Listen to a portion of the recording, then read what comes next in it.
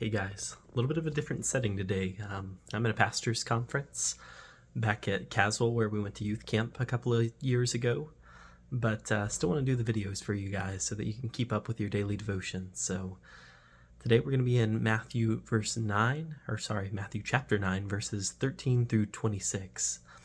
So go ahead and read it, see what you get out of it, and come back after reading.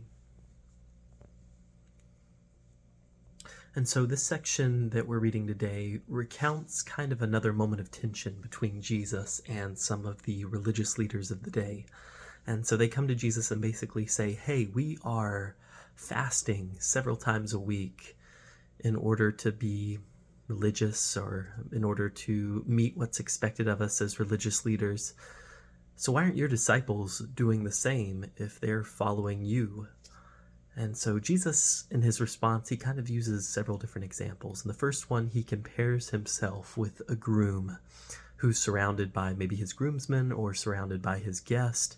And Jesus says, look, at the time when the groomsman is there and present with his guest, that's not a time for mourning. That's not a time for fasting. That is a time for celebration and for feasting.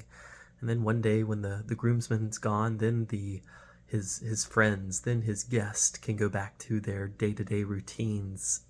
But during the time when the groom is present, that's a time of celebration. And then Jesus uses two other examples or illustrations that are a little harder to understand. He talks about a patch of cloth and he talks about wineskins.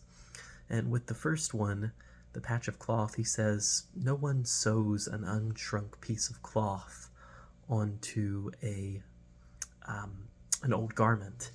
And he says the reason for this is eventually the patch will shrink and then it will reopen the tear and it will actually make the tear worse because it will have put additional tension on the tear. And then he talks about wineskins, and this is something we're not super familiar with anymore, but in biblical times they stored wine inside of wineskins, and these were traditionally made from the hide of a slaughtered animal, the skin of a slaughtered animal.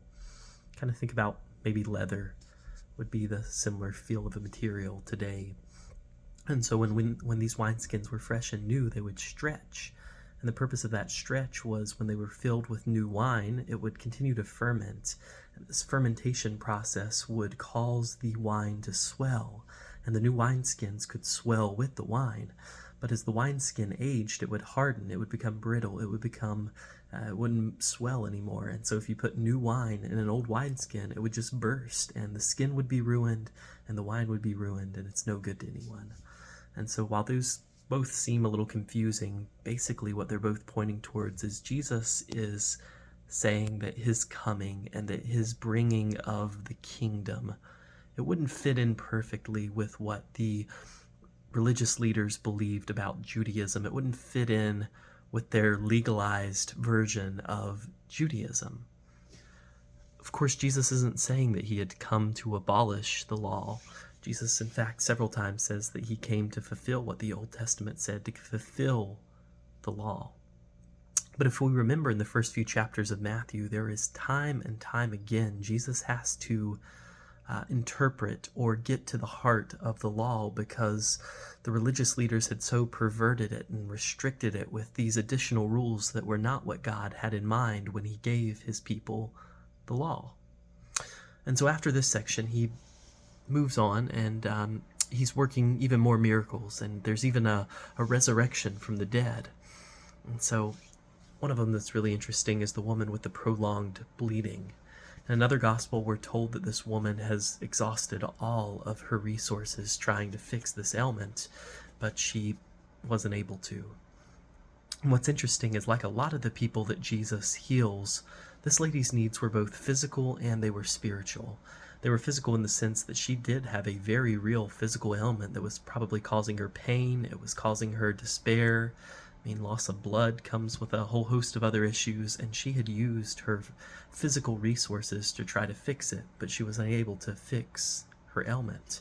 And it was also spiritual because bleeding would make one ceremonially unclean, and you would have to wait a certain period of time until the bleeding stopped. And for this woman, the bleeding never stopped, and so therefore she was never considered clean, and so she was excluded from the Jewish religious life. She was unable to worship in the temple. She would be unable to be in close proximity with her family without making them unclean too. And so this would have been 12 years of spiritual and emotional and physical torment for her. And when the woman sees Jesus, she has such faith in Jesus. She truly believes that if she will just touch a piece of Jesus's garment, that she will be saved. And of course, it tells us that she was. Jesus tells her that her faith in him saves her. And so lastly, in this part that we're reading, Jesus shows his power as God, that he can even raise the dead. And some of the other miracles we've seen, healing a paralyzed man, healing a blind man, things like that. Medical science today can sometimes do those things. We can fix quote unquote legal blindness. Sometimes there's even procedures that can help a paralyzed person regain the use of their limbs and of their body. But we cannot, and we never will be able to raise someone from the dead. And when Jesus does this, he would have had to have supernaturally reversed the decaying process in a body.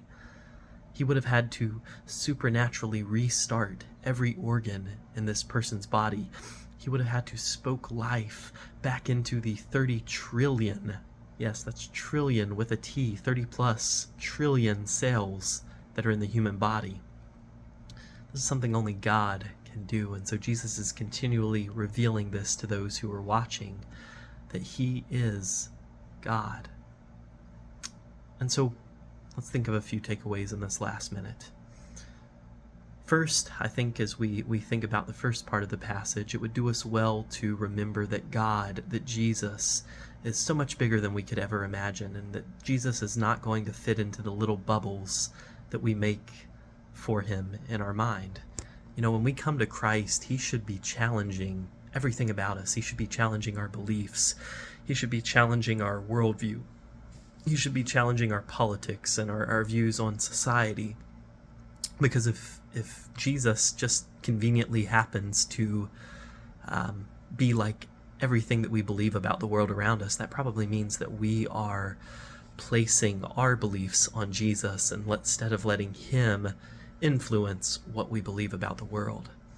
And so we would do well to remember that Jesus is much bigger than we can even fathom. And secondly, I think we can take a lesson away from the woman with the prolonged bleeding.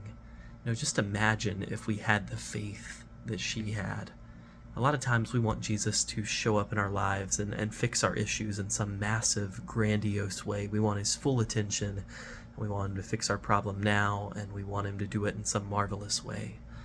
But this woman had such faith that if she just got a little bit of Jesus, just a little minuscule touch of a cloth that was attached to his body, she believed there would be enough power in that one little touch that the issues that she had spent most of her life trying to fix would be gone in an instant.